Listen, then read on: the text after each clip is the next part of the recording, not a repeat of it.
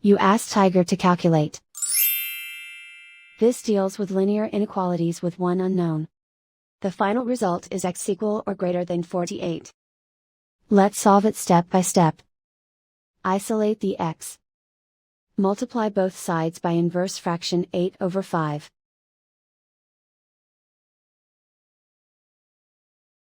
Group like terms.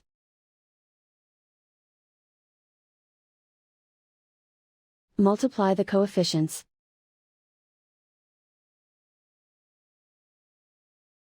Simplify the fraction.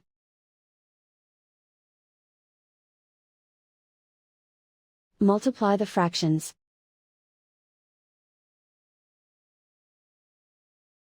Simplify the arithmetic.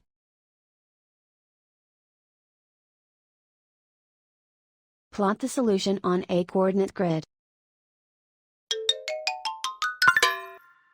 And so the final result is x equal or greater than 48.